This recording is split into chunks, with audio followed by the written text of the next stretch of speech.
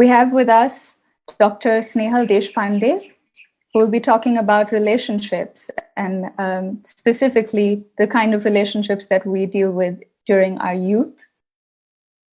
Dr. Snehal Deshpande is a social entrepreneur with a special interest in the field of child development and therapy.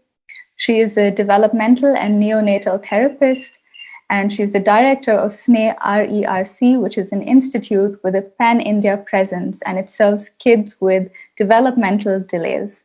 She's a certified life coach and women empowerment coach. She's the recipient of the ISB Goldman Sachs Women Entrepreneurship Program for Best Business Plan in 2016. And she also won the Promising Indian Award in 2016. The World Economic Forum named her as one of the Women of the Decade in Healthcare in 2017. She's also won 2 scholarships from the American Academy of Cerebral Palsy and Developmental Medicine in 2009 and 2019. She is a heartfulness practitioner and trainer, and she leads the family-oriented programs as well as the programs that Heartfulness does for continued medical education. We will now hear from Dr. Deshpande, who will take us through some of the dynamics of relationships with friends and family, especially during youth. She will also lead us through a heartfulness practice that helps us to eliminate all the interferences we face in realizing our true potential. So, Dr. Snehal Deshpande, over to you. Thank you, Diksha. Thank you so much. A great welcome to all my dear friends. The youth are very, very special to me. I love the youth. And when asked what youth actually means to me, I said youth actually means life. It means the dynamism which we all want. But it is just the age group is important. It is a spirit which fosters us as youth. So let's start with a small activity. Since all of you have been listening to session 4, and this is going to be a blind date for me because I can't see any of you, but yet you all can all see me. This is the first time I'm ever communicating on a youth forum without knowing the expressions, because when you're expressing, especially on a forum like relationships, for me, I would like to have a dialogue more than a monologue. So yes, my friends are there to do the mentee pause. We do have the mentee pause during the session. So as we go ahead, let's start with this small activity. All of you all please stand up in your places and just repeat, just look at me. This is the tree, this is the branch, and this is the leaf. Tree, branch, and leaf. Now I want you all to do as I say. Tree, branch, leaf. Branch, tree, leaf. Tree, leaf, branch. So I'm sure that most of you all did not understand what has to be done, and that's exactly what happens in relationships. So my next slide, please. So the topic which has been given to me today is effective relationships. Diksha, thanks to your wonderful introduction which you have given to me. And if you can see on the picture, and you can see me here, that's me. And that is something what has been pictured by one of my therapists who had drawn me when I was addressing. That's beautiful. Yeah, it's beautiful. It's beautiful. So that's the way I am. Needless to say, I deal with a population which is specially abled. And as Diksha rightly put it across, that I've gone through this journey of entrepreneurship. Needless to say, I did not know what it meant to be a social entrepreneur. So I'll just relate to your story how I came to know it was a social entrepreneur. I started my journey way back in my profession in 1988-89, just after my marriage. And my marriage also happened very suddenly. It was I have a very humble beginning. To go through my beginning to 1971, it was a period of uncertainty like what it is now. And I had a loss in the first few years of life. My father passed away. So, needless to say, you can imagine my mother and me alone, no siblings, staying in a city like Bombay.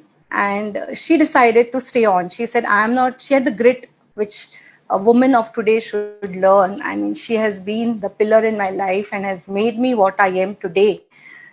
So she decided to stay put in Mumbai and not go to anyone asking for help. And she decided that I'm going to go to a convent school and I'm going to get the best of education when she was not even educated and she was not even working. But what kept her going was the relationship which she had with me, and she wanted to see me where I am today. So, what I am today is not because I am the director of Sneha, not because I have got so many laurels. I am because what my mother made me, what she took, what trouble she took, and the amount of years she had spent to get me here. And that is what exactly transformation is. When you look at this word called transformation, it is very deep. At the same time, if you don't get into the deepness of the word, you feel okay, it's just a change of state. But for the change of state from a caterpillar to a butterfly, it takes so much amount of hard work, so much amount of grit on the part of the caterpillar finally when it comes out. So this is exactly what happened to me during my childhood. I faced enough amount of physical, mental, psychological, emotional, as it is called as it is like a post traumatic stress disorder. Though I didn't know I was facing one and I was going through one, but I went through it very willingly because there was an immense support which that one lady gave me. So when I come to the next slide of mine, which says that what does relationship mean? Can we go to the next slide? I'm not able to see the slides, so I have no clue whether you are able to see it. So I will go on with my story. Needless to say, I have no clue of the slides, what are going on there. But Diksha, you'll have to guide me into it. We can see the slides. Thank you. So the whole thing, what happened was that when she decided that I'm going to have my own career and I'm going to have my own identity, not because she wanted me to become something great, but because she had gone through life in a way which was very challenging. I won't use the word negative, but it was very challenging for her. So she didn't want me to undergo those challenges which she faced because she remained uneducated. She obeyed her parents when they said get married. She gave me the best of education in a convent school. But when it came to 10th standard, she said, I think you should take commerce because we don't have that much amount of finances, which is going to go into your education. And I said, no, I want to become a doctor. And that's where the whole discrepancy in the relationship began. Of course, we had a very tough relationship between her and me. It was always like a Tom and Jerry relationship because she used to be disciplined so that I was nurtured in the right way, and I used to always rebel. Why does she not allow me for picnics? Why does she not allow me to go out with friends? Needless to say, I could not see her perspective. And she, knowing my perspective, wanted me to become something different. So that was where the relationship actually started. For me, it was a very difficult phase. I came to know about my father's demise way back when I was in fourth standard, and that was the point where everyone said, "Oh, she's the girl who has lost her father," and it was a point of breakage for me. I was like, "Oh, is it that? Is that so?" And for me to digest that took a little time. So when we look at relationships, just a moment, please. Okay. So, what does the word relationship mean to you? This is what I had asked on a Menti poll, and I hope you'll have given the right answers. Wonderful to see all those answers coming onto the screen, understanding, communication. But all these are very good when you have a supportive relationship. When there's a relationship, like you look at yourself in the mirror and say, "Oh, I'm an orphan child. I don't have anyone to look after me. Where do all these words go?" Then what does the word relationship mean to that person who has undergone so many challenges? Can we go on to the slide? I cannot see the slide and I would like to see my slides if it is possible.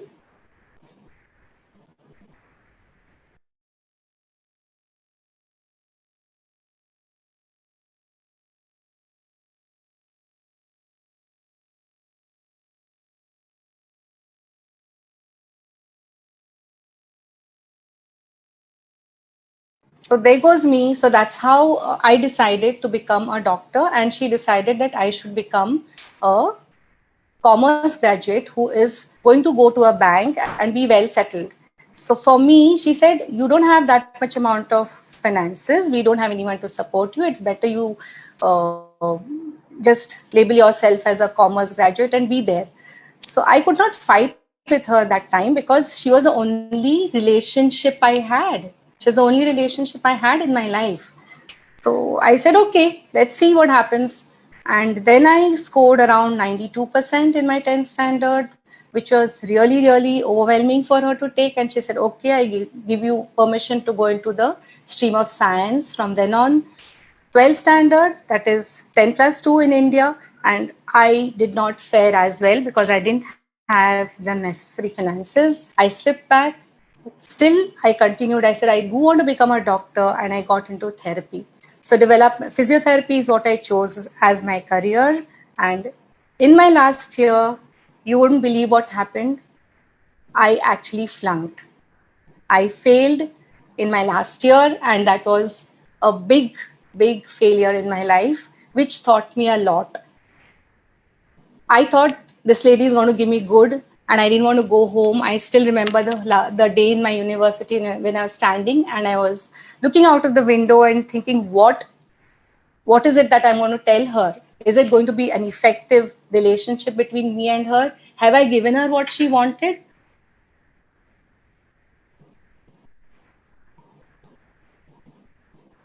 And then my friend called her and she said, let her come home. I'm there to take care of her.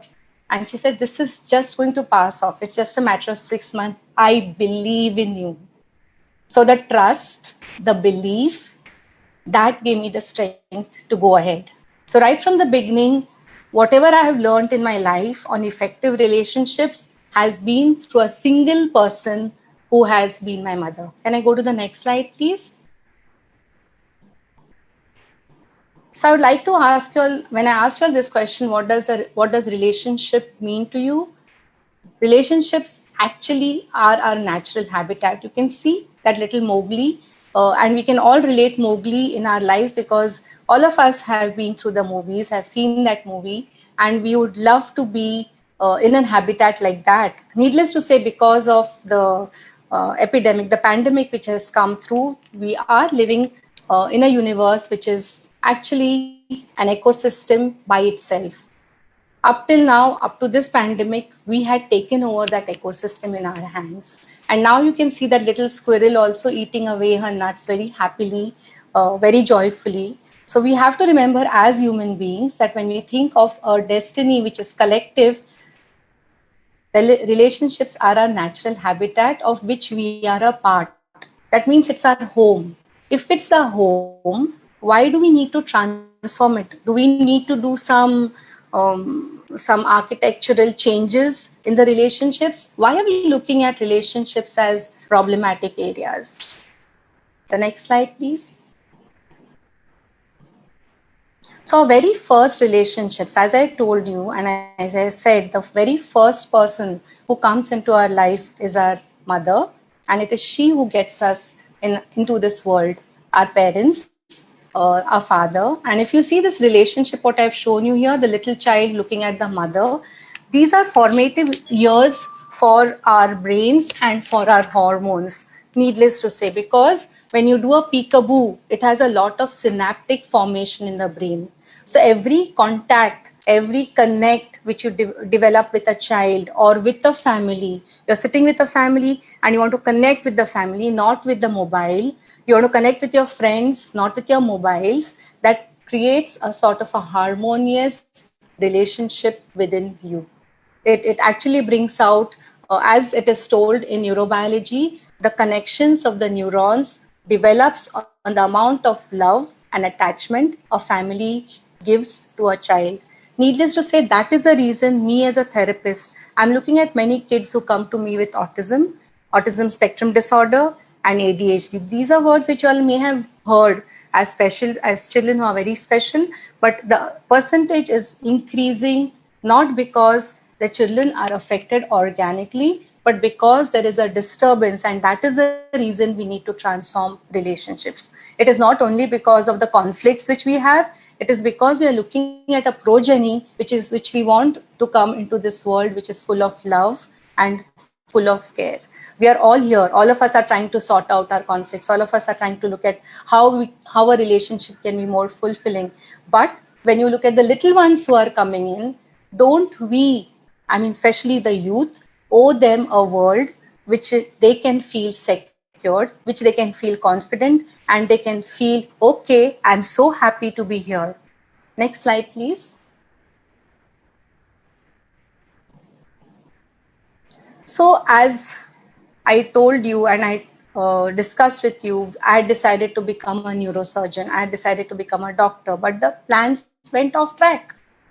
Why? Because reality always is something different in whatever it may be, whether it is a relationship, whether it is a career. You never have a safe track which goes according to your plan. You always have some expectation like this, and you wake up to a reality which is like that. You look at the expectation of Mr. Bean's daughter being there. Of course, these are cartoons which I wanted to share with you all, but plans go off track. And why do they go off track? So I think the mentee should be putting my questions according to the slides. So what is it which is the common factor in our relationships? Who is the common factor when we look at relationships? Next slide, please.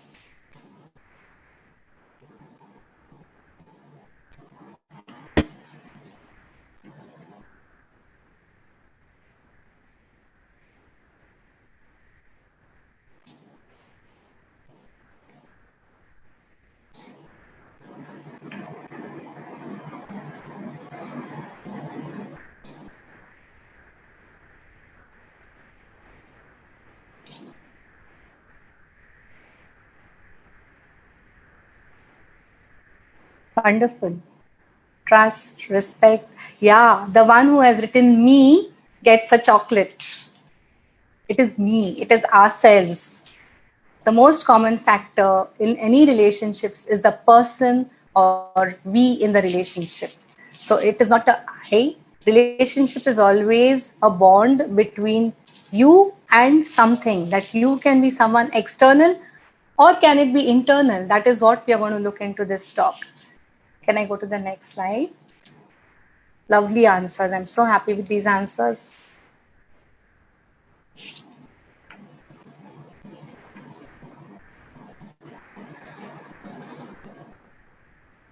Next slide. So that's what happens in a relationship. You get the baggage becomes too much at times. And why does the baggage become too much? It's because of the emotions. It is because of the expectations. It is because that the person always feels insecure. So insecurity makes the relationship challenging. The loss of identity, you fear that you lose identity, that becomes challenging. You play mind games. So it is not that you love the person with your heart or you're not there. Suppose your mother had actually felt this. My mother had felt this. Oh, she's failed and I want to give her up. It wouldn't have made, I mean, I wouldn't have been here today as a person, right? So game over means, is it a game? Is it a transaction? Do we have to say a goodbye? So what is it that we look in relationship which is challenging, and what makes it challenging? Is it the environment? Can we blame it on someone else? Let's see. Let's go ahead and see. Next slide, please. So we have to understand as human beings, every single relationship comes with a shelf life. Like a doctor prescribes a medicine that has a shelf life, which can be a minute or even a lifetime. There's only one relationship which we will go through and understand, and we look how we can transform ourselves to go into that relationship. which does not have a shelf life, which is unconditional, which can give you an unconditional love. So the next question I would ask the mentee to ask, which is that relationship which does not have a shelf life? What relationship do you think does not have a shelf life, which can be a relationship which can exist forever?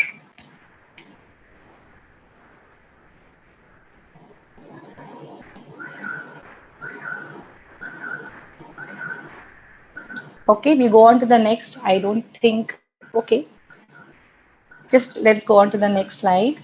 That's okay. No problems. Just think, all of you all just meditate on this. Which is the relationship you think which can be a permanent relationship?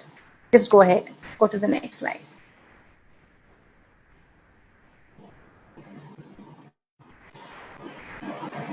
So now who is to blame when there is a challenge? I'm not saying again breakup. Who is to blame when the relationship is bad? It can be between any relationship. You go to your office, your workplace, and the boss has a tiff, or he has some expectations which you have not fulfilled. You have not met the deadlines. There goes, the whole day becomes bad. Your father expects something out of you, your mother expects something out of you, and you have not fulfilled those expectations. What exactly who is to blame? Even in a relationship which is one-to-one within ourselves as friends, sometimes they go sour. We feel that the best friend becomes the worst enemy. So what is it exactly? Is it the social media which is at fault? Is it the newer apps which have come at the fault? Next slide, please.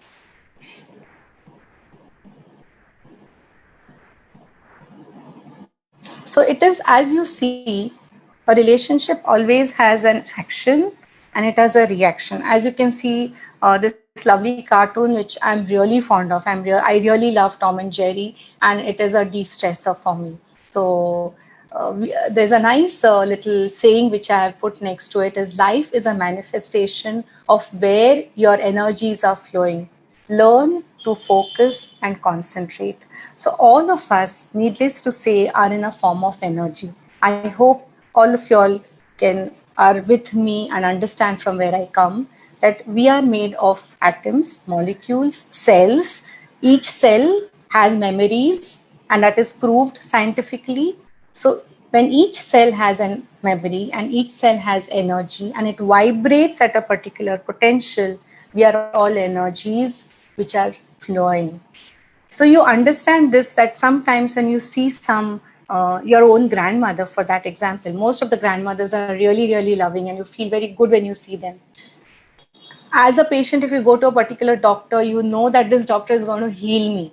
I'm not talking about cure, you know that he's going to heal you. So you know without medicine, you become all right. So from where is this coming? Is it coming from the medicine, or is it coming from the energy flowing from that person? You know, when you're really stressed, you have had a bad day, a hug from your mother really takes away all your tiredness, everything. It's because the energy which is flowing within from her to you.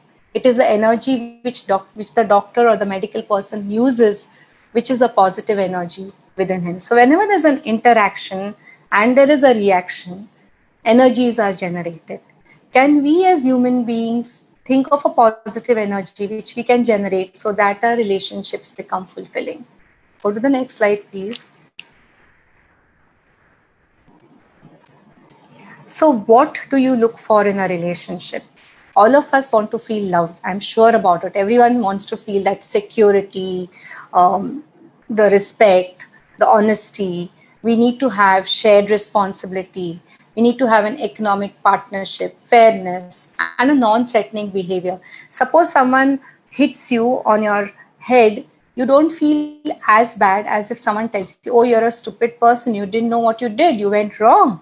And there goes your ego. So the physical damage which is caused, the damage at a physical level does not cause that much amount of an impact on your nervous system as the damage which is done by a mental threat or insecurity. And that's why whenever it comes to relationships, everything is on the mental basis. It is not on a physical basis. If there's physical abuse, of course, then that relationship is not worth it. But even words which are not communicated in the right way, full of sarcasm, words hurt more. From where do words come? They come from the thoughts. And if in the same house, in the same habitat, in your friend circle, if you are not having good thoughts for a particular person, if you cannot respect that person, you cannot trust that person, then the healthy relationship wheel suffers a setback and the car actually has a breakdown. So think about this, that how much amount of trust am I giving to a relationship? Do I trust the person whom I'm in a relationship with? Do I respect that person? Am I honest? Am I authentic? And this word authentic is very, very important. It is being yourself. Are you really authentic in your relationship? Are you able to tell the person flat in face what I'm feeling about you without feeling insecure? Oh, he will give me back in some way. So these are aspects which are worth a contemplation. How to form a relationship which can run well on all the spokes of the wheel which I mentioned here, which is the healthy relationships wheel. Next slide, please. So having said this, now let us understand we come as a human being, we are actually struggling to rise. We feel that we need to conquer all these outside things, like we need to have everything in place. Now this pandemic has actually given us a good lesson that what we have tried to conquer up till now has shown us, that is nature, the external nature had shown us what we actually can't do. We cannot conquer the external nature. It is very essential and it is grander to conquer the internal nature. So there's a beautiful quotation from Swami Vivekananda: man is man so long as he is struggling to rise above nature, and the nature is both internal and external. It is good and very grand to conquer the external nature. So we have come through a long journey as human beings. We have seen flights coming, the mode of transportation has improved from what we were as the primeval man. But now we are seeing that that external nature is no longer what we need to conquer. But grander still, it is to conquer the internal nature. It is good and grand to know the laws that govern the stars and planets, but it is infinitely grander to know the laws that govern the passions, the feelings, and the will of the mankind. Just meditate on this and feel what he is trying to tell you. So now we're going to crack the heart's code. So whenever you think of relationships, we always relate it to one important organ in our body, and that is the heart. All our relationships, whether we feel good, whether we feel bad, whether we feel insecure, we feel hurt, we always feel it in our heart. So this is the heart's code which I want you all to go through. It is the heart energy amplitude recognition test, which is, can we just go back for a second? Can we go back for a second? You're going too fast. Can we go back? One second. So this is, I would like to say this because it is a test which has been made by Dr. Pearsall, who is a cardiologist, and it is a code which we are, yeah. So just, I'll explain this and then we can go ahead. So the heart energy amplitude recognition test is the amplitude which our hearts generate. Each of our hearts generate, like how we have EEG in the brain, we also have ECG in the heart, right? All of us know that. If it's a flat ECG means we are dead. So all of us have certain amplitudes, vibrations. So let us recognize where we are. Now we can go ahead with the test. So each of these slides has a scoring. Please start scoring the moment the slide comes into picture. Can we go to slide? Are you in a hurry? So the score is 0, never, 1, almost never, 2, most of the times, 3, a lot, and 4, always. So just score yourself there.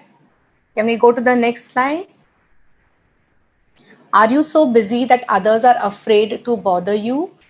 Score 0 if it is never, 1 almost never, 2 more than sometimes, a lot, and 4 is almost always. I won't repeat the scoring after this slide. The third questions: would others say that you walk, drive, or move quickly?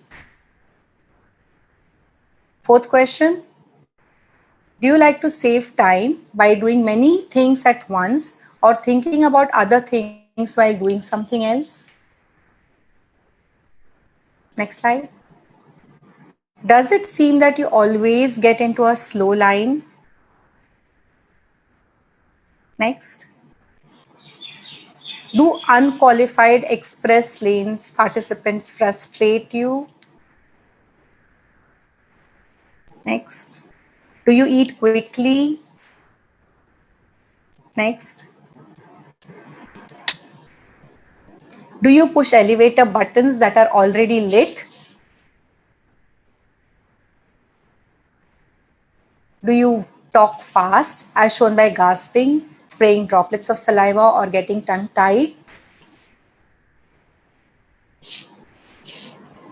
Do you try to hurry others speaking by using ooh, yeah, or tuneless humming?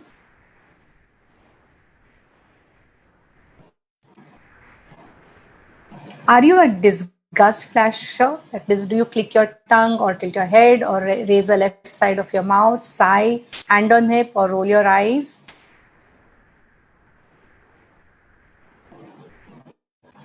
Do you lose temper while driving?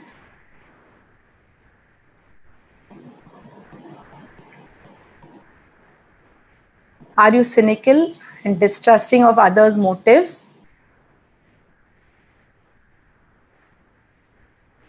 Do you have sleep stress? That is sleep onset insomnia, snoring, grinding of teeth, tossing, turning, etc.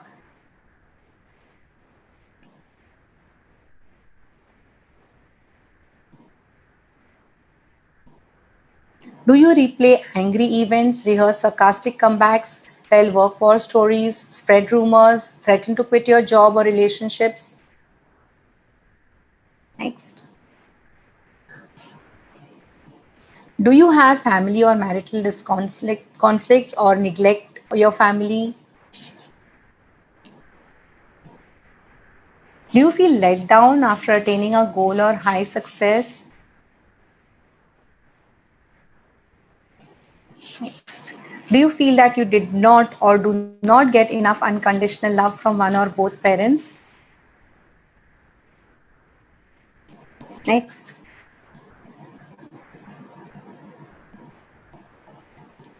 Do you clench your fist, shrug your shoulders, or make chopping motions with your hand when you're speaking?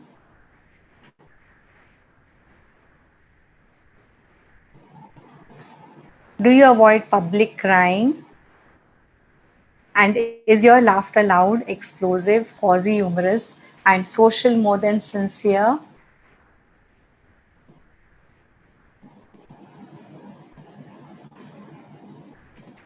Do you react emotionally, defensively, and negatively to criticism?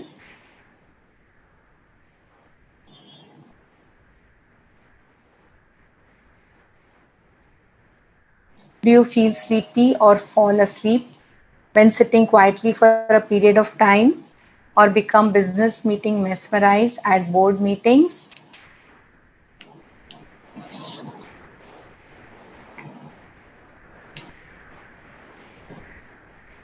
Do you answer questions before they are completely asked, confront arguments before they are presented, and feel sure that you're just on the right track?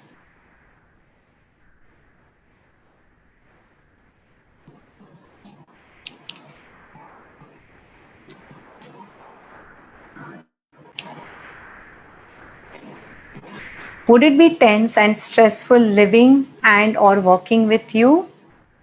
And I've added a comment there, add 5 points penalty to get a low score if you have got a low score. So I was getting messages that please be slow. The heart scored is what the heart feels at that moment, at that instance. And that's the reason we didn't want the brain to think. It has to be an instantaneous action or an instantaneous response from the heart. So I'm very sorry if it was a little fast, but yes, it was supposed to come from the heart. You can go through this code again if you feel like. I'll give you the reference a little later. Now coming to the scoring, next slide. The score follows. So if you are 21 and above, Your energy is toxic. You have become a real pain to your body. Can we go to that slide, please?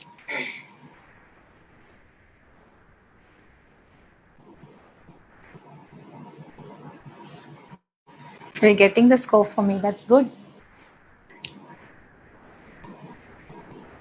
If you're between 11 to 20, your energy is very agitated. You have become a real pain to your body and other people's bodies and hearts. If you're between 6 to 10, you're overtly agitated. You're bothering your body and other people's bodies and heart. But if you're between 0 to 5, your heart is in a perfect and healthy balance. So that's a score, and I'll give you the reference from where it comes. Next slide, please. Have you got the scoring from them?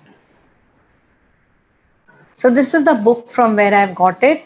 It's written by Paul Pearsall, who is a cardiologist, and he has done a lot of wow. We did get people in with the score 1. And the score 5 is rising, rising. That's nice. So we did get a few people here. That's wonderful. I think most of us have agitated energies, needless to say. You see the questions, and our natural instinct would be what was written there. Very few of us could fall into the, and if you're here in 1, you're really a saint. The 5 who are getting the first, I think, are really, really good. And people whom we have to look at for transforming our relationships. There you go. There you go.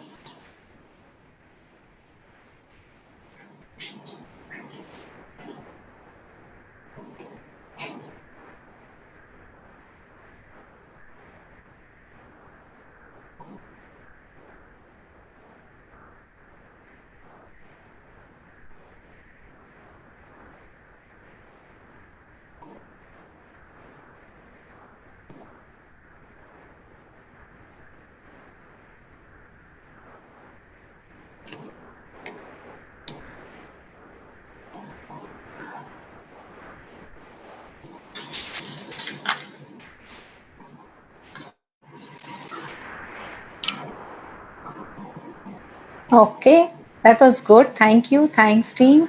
So, this is a book from where we have got this activity. Please go and read this book. It's a wonderful read.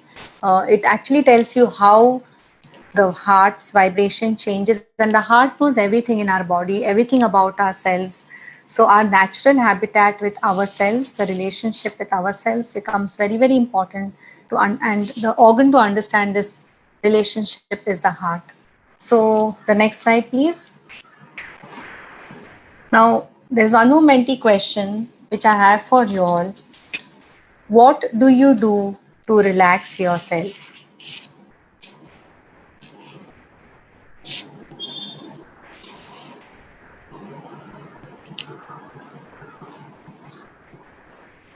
With an agitated heart, it's very important for all of us to understand to do something which can help us chill, which can help us come down to a level which we can have a communication. Watch TV, it's the first answer. Meditate, games, music, singing, running, playing guitar. Wow, that's nice. So you see, all of us have different things what we do to calm ourselves down, to relax ourselves. And why are so many different methodologies which we look at when we are human beings? When we say we are all human beings, that means we have the same brain, we have the same body, we are all the same. So why do our thoughts differ? So the next Menti question is, are you aware of yourself? Are you aware of who you are?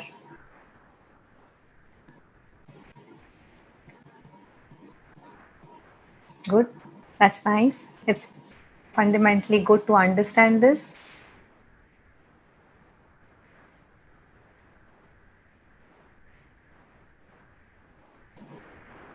It's fun.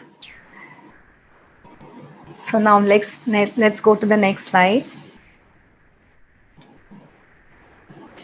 Now, I would ask you all to look at these circles. This is one of the social emotional tools what we use when we talk of relationships. So pick up any one of the circles. It can be the outer circle where there is calm, there is compassionate. The inner circle has connected, collaborative, and constructive. Then the circle is confident, curious, centered, creative. Pick up any one word, pick up any one relationship.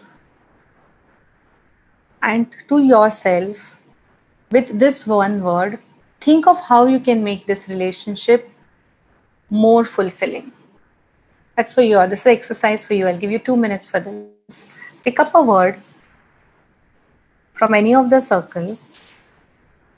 Pick up any one relationship which you feel is having challenges. And using this particular word, how can you make it more fulfilling?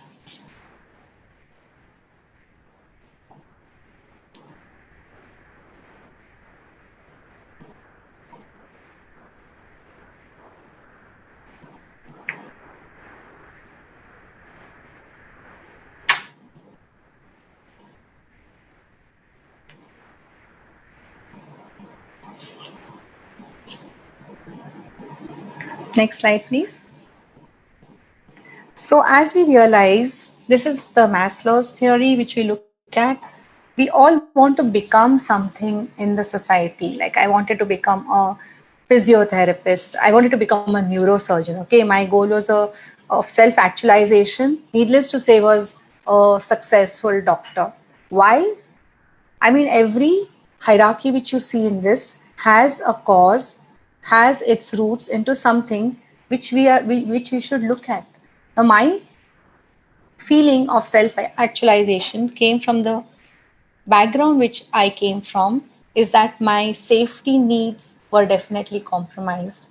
My personal security, my resources were definitely compromised. I needed to jump here to feel or for people to love me. I had that feeling that people should love and I should have that feeling of belonging because I was not given these basic needs which were not fulfilled because it was my mother who was completely, of course, she was taking care of me wonderfully well. It happens with all of us. We all have needs, physiological, safety. We want in our relationships love and belonging. We want our self respect, self esteem, as we call it, our status, our recognition. We also want freedom in the relationship. I want to do what I want to do. I mean, can we get everything? Questions again left to you all to think about it. But do think of how and what state which you are in, and then decide how can you proceed to the tip of the pyramid, which is actually your goal of self-actualization. And for me, was becoming a physiotherapist the goal. We'll go to the next slide. This is a beautiful poem in my childhood, which I used to look at, and it is still there, which I would like to share with you. That when you get what you want in your struggle for self, and the world makes you a king for a day, just go to the mirror and look at yourself and see what that man has to say. For it isn't your father or mother or wife whose judgment upon you must pass. The fellow whose verdict counts most in life is the one who is staring back from the glass. You may be like Jack Horner and chisel a plum and think you're a wonderful guy, but the man in the glass says you're only a bum if you cannot look at him straight in the eye. He's a fellow to please. Never mind all the rest, for he's with you clear to the end, and you have passed your most dangerous and difficult test if the man in the glass is your friend.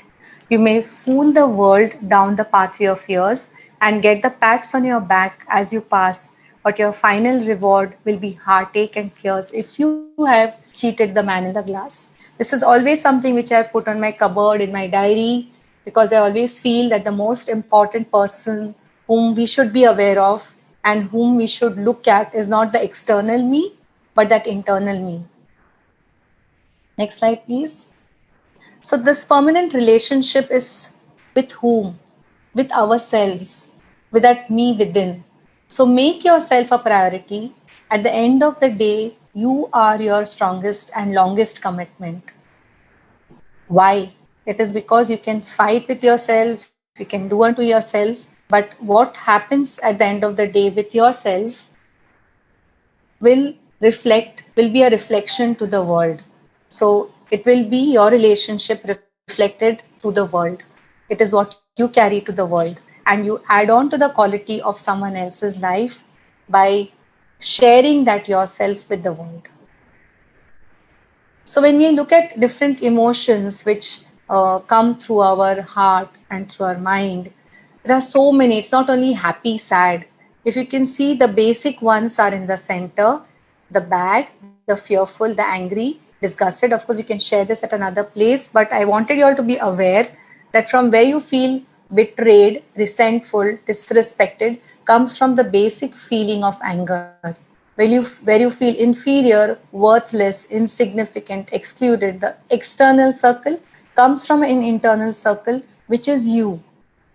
So if you are fearful, if you're angry, if you're disgusted, if you're sad, if you're happy, if you're surprised, these are the feelings what you feel, and all these have vibrations.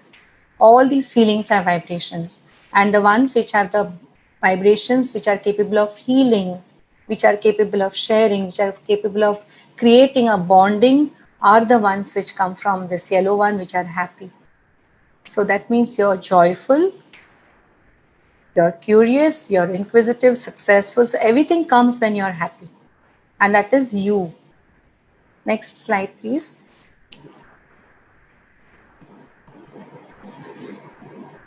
So from where does this come? Let us look at our brains, the man's best friend and the worst enemy. So just to explain to you all, I think some of you all may know it.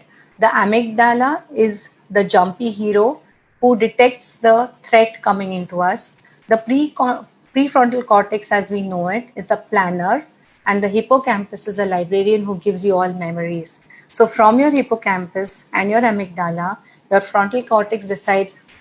He is the manipulator. He decides what is my reaction going to be. Next slide. But can we exist in only that? Now let us look at this. Suppose you have got a new car or a new bike. You have got a new car or a new bike, and you feel for a few days that I don't want to scratch on my car. It's a new car. I don't want to go and push it somewhere. The first scratch, the first nudge, and the car, your feelings for that new car going to a dump. Why? It is not you, it is your brain, it is your hormones, it is your neurotransmitters. Next slide, please. So it is a wise or otherwise. The amygdala, again, as I said, gives that threat. The frontal cortex decides, and the hippocampus it forms a memory. Same thing happens with any relationship we have. Oh, it wasn't love, it was just oxytocin. So it is a hormone. Wow, it is a Lego. So from that, you go into something new, into a new relationship, into a new car, into a new toy. Next. So it is up to us, and we can make a shift in our amygdalas, make our grumpy amygdalas into happy amygdalas so that we can have a peaceful and a fulfilling relationship. Let's see how. Next slide. So this is something which I wanted to share. A beautiful poem again. I would like you all to go back and refer to it. I didn't want to put the full poem in this. It is written by Khalil Gibran that let there be spaces in your togetherness, whether it is the best of friends, whether it is a family, whether it is between two individuals or looking at forming a relationship, wanting to get into marriage. Let there be spaces in your togetherness and let the winds of heavens dance between you. Give your hearts, but not into each other's keeping. For the only the hand of life can contain your hearts. When we get into marriage, many a times we feel we own that person completely.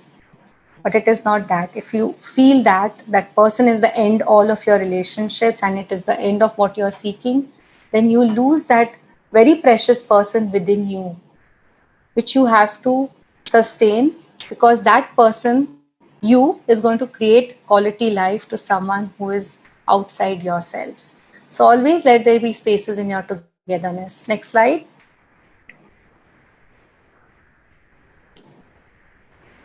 So now coming to why we look at relationships, transforming relationships, my question to you is that how important for you is a good night's sleep?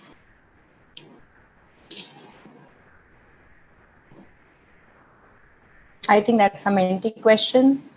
How important to you is a good night's sleep?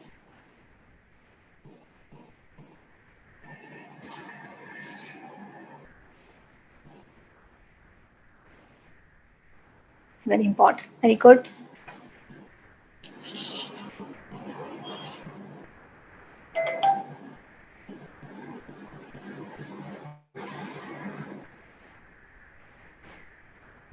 So we all agree in majority that a good night's sleep is very, very important to us.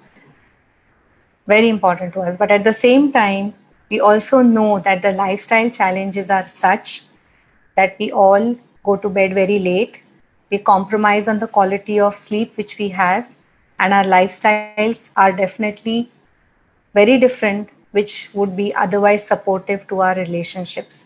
And what happens, because if we don't have a healthy lifestyle, if we don't sleep well, we get more irritated, we cannot balance between our work life, we cannot do what can be done in a small amount of time, we take a long time. So a good night's sleep, a lifestyle which has a discipline with formative hours is very important for all of us. When I take the histories of my clients who come to me as kids, the special children, autism, ADHD, and ask the history to their parents, what is the lifestyle, most of the lifestyles are disturbed. The child is watching mobile, he's on television, they sleep late, they're having colic issues in the first few years of life, first 6 months of life. So these are sort of the homeostasis of an individual gets disturbed, and all of us, when we are looking at quality of life which is coming, it is not about you or me, it is the quality of kids who are coming. Don't we feel a responsibility to change that lifestyle? So, do you think the next 20 question is, how do you feel that social emotional learning should be a part of society learning? That is the next 20 question. Alongside your other educations, do you feel the need for building social emotional life skills in our communities and our families?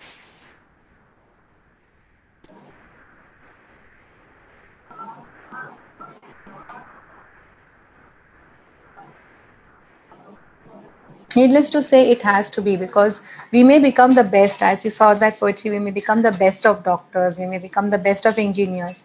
But if we don't have empathy, if we cannot communicate with our patients well, if we cannot communicate with our peer group very well, we are not a successful human being. So, building social emotional skills in our life is an important part in our family, in our community. Next.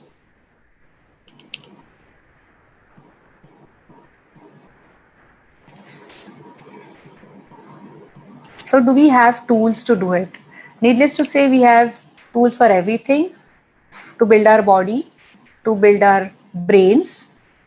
Do we have something to build our heart so that the heart and the brain function in like a good relationship, giving a fulfilling relationship to ourselves, to the most important person? Can we see how? Next slide, please. So this is a great age. If you see kids who are below maybe 5 years of age, you can see that little child in a state of wonder, in a state of innocence. And many a times you feel you feel, can I be in that level? Can I be in that phase? And the phase which is at the end of life, where you do get, you have your grandfathers, you have your grandmothers, whom you feel are a source of love, and they express everything outrightly. I want this. My mother used to love having bhajias, even though she had issues, but she never felt the inhibition to say it to me. So the more older you get and the more younger you are, that's the age of wonder, that's the age of innocence, that's the age of connectivity. It's because your heart works more, you're in a state of a vibration which is full of love. You can go to the next slide. I understand that we are running with of time. So the atmosphere which is around us is very much created by our thoughts. It is like that little drop of water which you can see falling onto the surface. It creates ripples which are having an effect, which are far reaching.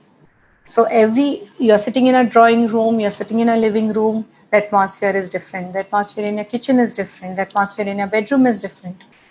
So how does that happen? It is with the activity and with your thoughts. Next. So let's look at the value systems, what we are looking at.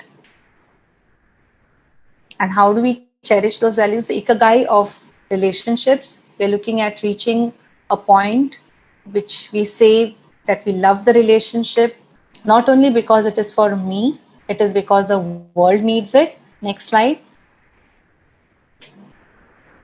So it is as it is. Every relationship is important, however small it may be. Or we may meet the person, but the impact what we create on that person's heart, on that person's life may be far reaching. Next. So it is the love which is cherished in our journey. The thrust required to take us to higher and higher dimensions is a continued state of refinement in love. Do meditate upon this feeling. And this is from a book also, which is written by one of our masters, Dr. Kamlesh Patel. He says that every one of us has an intrinsic goodness in us. That it is that intrinsic goodness of the heart that can make me accept all that is as mine. Henceforth, all that can happen will always be for all of us. A heartful acceptance of the world and all it has to offer allows for surpassing the need to tolerate or surrender to anything. So it is the intrinsic goodness which we should seek and be there. The last slide. So we look at not using the intrinsic goodness, not only for us, but it is for the whole world. It is a beautiful philosophy which I bounced upon, which is known as Ubuntu, which is in the slide next to this, after this, which says it is an African philosophy. Next slide, please. It is I am because we are. It is not because of what I am, but it is because all of us are contributing to it. So when we gave you all those questions throughout, what is it that you do to relax? What is it that you do to look at your social emotional skills? We have a lot of tools which we can offer you to become what you are. Next slide, please. You can show that slide and we can go to the process. So when we are looking at the social emotional skills, developing awareness of one's emotions and managing your emotions, we will go through a process to help us with it after we finish this slide. When you're looking at heartful communications, listening is very important. Speaking with clarity becomes important. So we have different classes which we look at this using PMSS tools, gratitude journaling. As I mentioned to you, the good night sleep, which is very, very important. We have heartfulness relaxation, which we use. For looking at positive thinking, we have heartful affirmations. And to relax and regulate, we have meditation and relaxation. So to manage our emotions today, we are going to run through a process which is called as cleaning. We can go through it once with all of us. Maybe we can take off the presentation. Okay, before we go on to the process of cleaning, I would like to offer you or say that, can we go through the last slide if it is possible? So at Heartfulness, we have a lot of wellness offerings which we have for family, relationships, healthcare. So for any personal queries, do feel free to email us at wellness@heartfulness.org.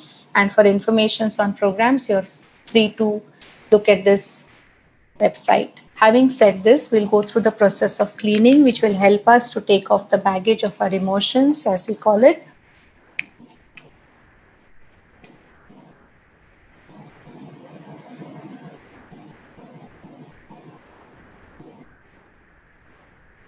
Yes, we can do the Q&A at the end. So imagine you have had a very long day, a lot of work at office, a lot of issues which have sprung up because there are deadlines which are not met. What happens is every thought or every activity which we perform during the day has an impression or creates an impression on your mind.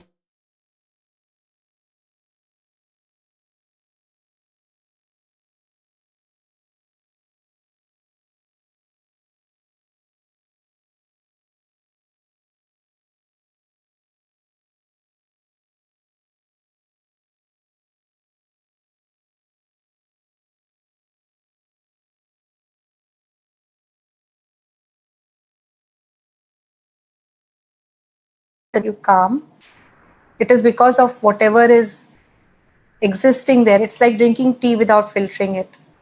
So always when I tell my parents, my caregivers who come to me with their kids, I always say there's too much of information which comes and it's which gets saturated. And if you want to take off that information, let us do a process which is called as cleaning. In cleaning, we sit after a day's work, we sit relaxed.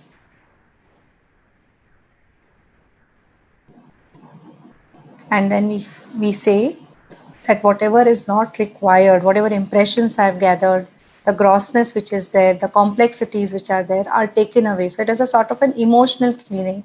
You start from the tip of your head and go to the end of your spine.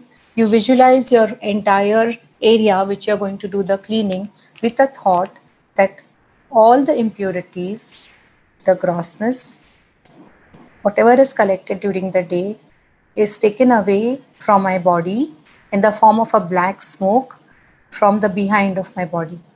Okay, so let's visualize and do this. You give a thought. This is completely dependent on your willpower. So you give a thought and use your willpower to do the cleaning. Let us sit and practice it. Give a thought that whatever impurities, grossness, complexities which are not required for me, which are accumulated during the day's proceedings, are taken away from me in the form of a black smoke, and this is replaced. So after doing that, there is a vacuum which gets created.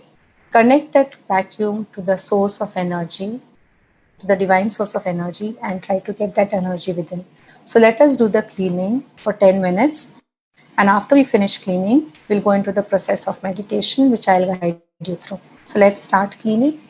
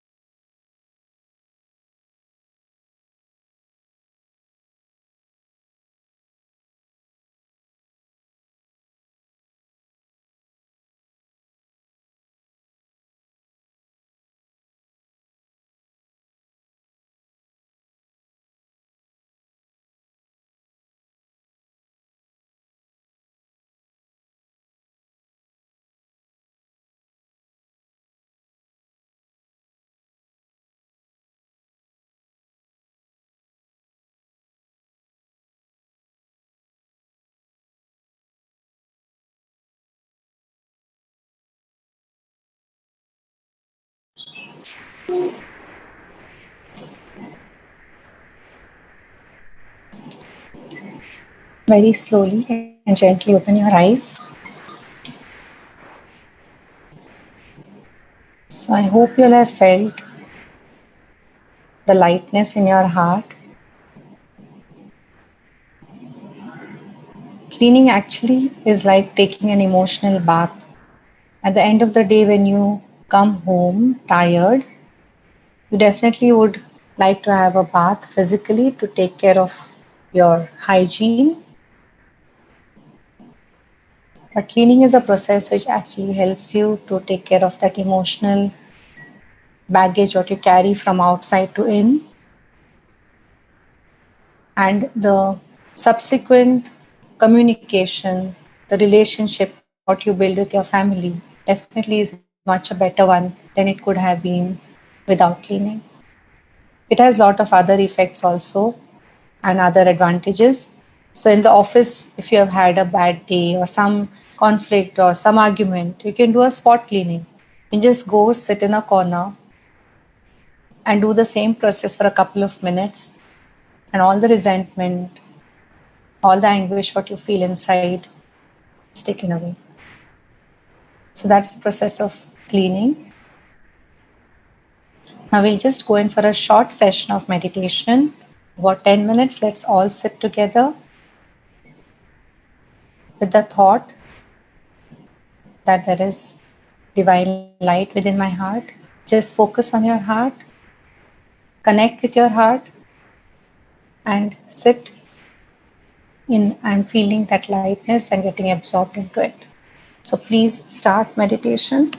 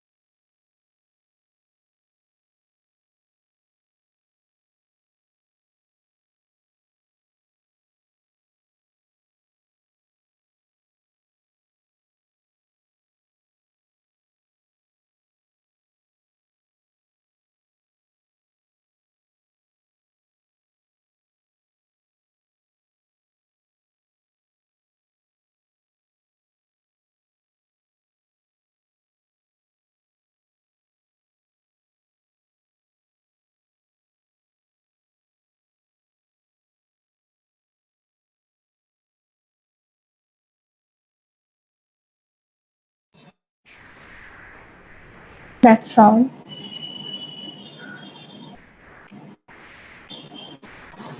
Slowly and gently open your eyes and make a mental note of what you have felt during the meditation.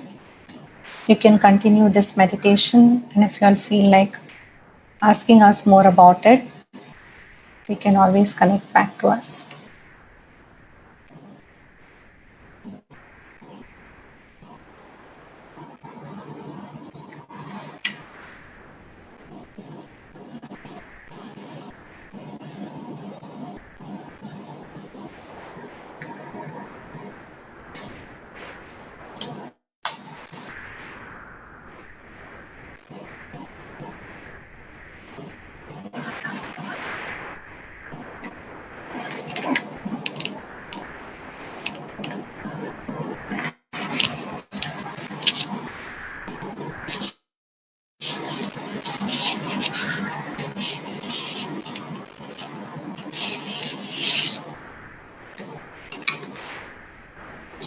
We have a few questions that came in from our audience as you were going through your content.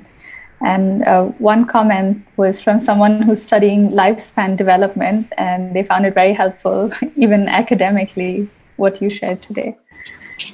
The first question we have is that each of us is different and no two people are exactly alike. So differences come up in the relationship, and how do we iron out these differences? How do we stay true to our own hearts while respecting the other person? So differences is what make us unique, and we are respect. Imagine having the same person just like you in your house, just like you. It will be a robotic life which we are leading. So we have to respect and we have to understand that that difference is what makes the relationship fulfilling. So if it is like my daughter, she's completely different than what I am. But if I expect myself to be, I mean, just me like her, it doesn't make sense. So first thing is respect the differences, or respect the person for who he is or she is. Even babies, I mean, right from the babies to the older people, just respect the person for whom he or she is, and acknowledge their views on what they want to express. I think if you create a dialogue in this way, then definitely you can iron out the differences. Talk it out. It's always good to talk face to face, eye to eye, rather than doing it on social media or even while driving a car. So, suppose me and my husband have had a tiff just before getting into the car, and we have to say sorry to each other, because the moment we get into the car and we look at each other, the brain always understands the face. It doesn't understand glances. When you look at the eyes, when you look at the face, when you look at the expressions, automatically there is a lot of neurotransmitters which come, which are secreted, which calm you down. So in any sort of distress or fight, look at the person and talk. Don't WhatsApp or don't do a side glance. So you're reminding yourself that this is the person that you like in the first place, despite their gender. Yes. Yes. The second question is, and these are, by the way, just summaries or mixes. A lot of people had similar questions. So the next one is, how do we avoid carrying our past trauma or negative experiences in previous relationships into our new relationship? That is a very, very common question. People always keep asking me. Letting go is very difficult, needless to say. And you have to walk the journey. It is not a quick fix.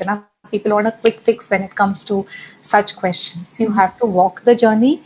You have to start working on the new you. It is a new normal which is going to come in with a different paradigm. So if there's a change of state, like even if I'm sitting straight and if I shift a little, there's a complete change in state which happens in the physical self. So also it happens in the mental self.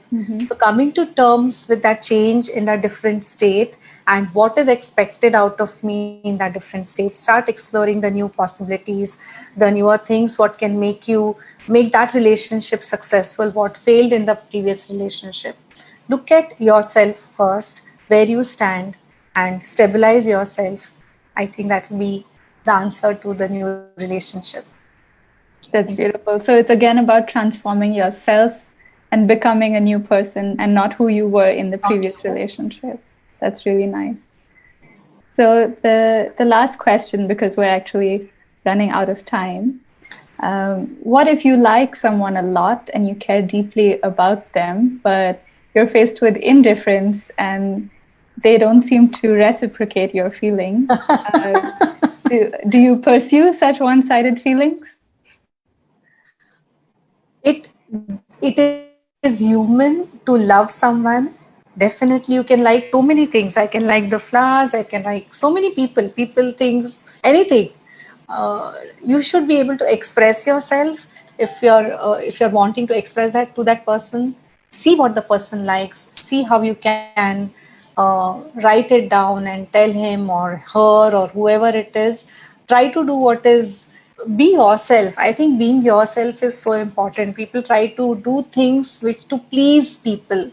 If you try to do something what is not unto you'll end up into negativities or maybe challenges which definitely you feel are much more than what was a simple thing. So don't complicate. It's very simple.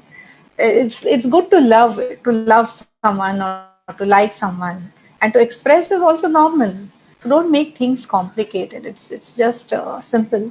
Obi, or again going back, the heart's code. Try to crack the heart's code and listen to the heart as you go on the journey. Like, one important thing what my mother did to me when I was young is she put me into this practice of meditation, which I know. Okay, she used to tell me, close your eyes and sit in the morning. And a girl who was 10 years old, I used to sit very regularly with her and in the morning and the evening. So when you are still, when you calm down, you're able to see a different side of what you can do.